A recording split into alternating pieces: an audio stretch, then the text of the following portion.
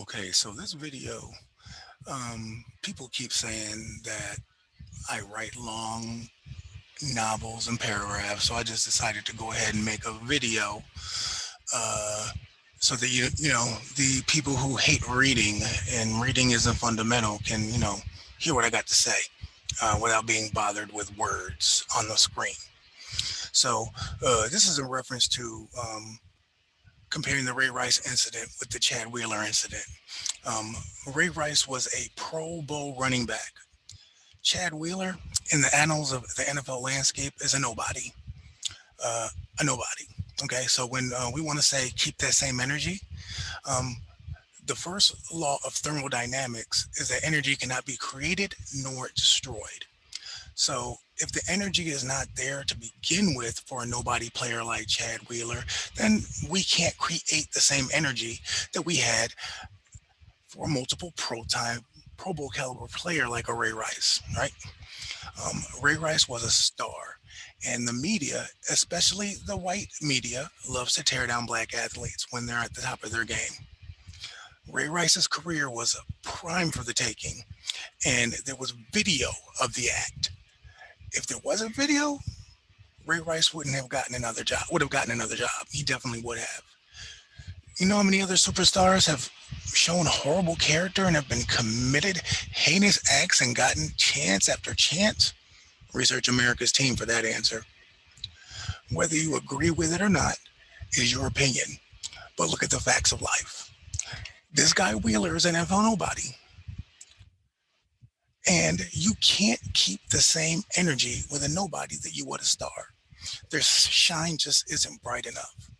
I remember when there was a kicker for the Giants. I think his name was Josh Brown. He had to be separated from his wife and children at the hotel during the Pro Bowl back in 2016 because of domestic violence. And we barely even heard about it. You know why? Because he was an effing kicker. That's why.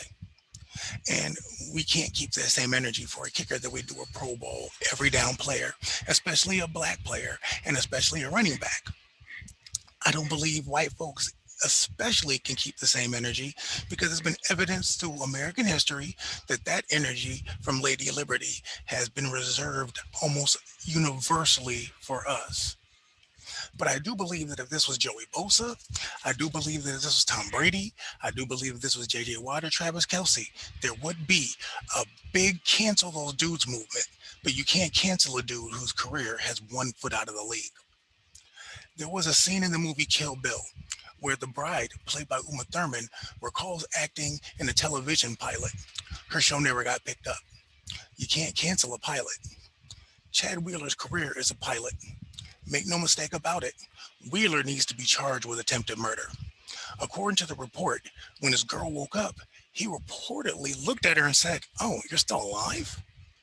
He needs to get help for his mental condition. But just like they did black folks with the drug epidemic of the 80s, they need to lock his ass up, then get him rehabbed. That's what should happen to him.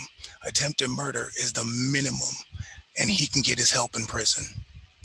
Like Charlie Murphy recalled saying to Eddie about whooping on Rick James in True Hollywood Stories, Eddie was like, "I think we need to get him some help." And Charlie was like, "We just gave that nigga some help. Bet he won't do that shit no more." Michael Vick did 22 months in Leavenworth for simply bankrolling a dogfighting ring. He never actually fought a dog himself. And he did an actual federal bid. So this dude Wheeler, he deserves real jail time for his offense. However, we do need to focus our cancel culture energy on people and entities that actually hold some weight and not focus on nobodies like Chad Wheeler. People like the Weinsteins and the Matt Lauers. I think we forget sometimes that most of these entertainers that fall into the Me Too movement are white folks, with the exception of Mr. Jello Puddin' Pop. Who really requires canceling is any team that gives them a chance. Any GM that gives this guy another opportunity should be skull drugged through the mud. I know y'all remember how hard it was for Mike Vick to get another opportunity before Andy Reid gave him a shot. And there were actually dog lovers across the country who were actually saying that they would pledge to never watch another NFL game if their team signed him. Look at him now. He's a Fox NFL analyst. He's on every show every morning. Colin Kaepernick has received the kiss of death from the NFL for simply taking a knee.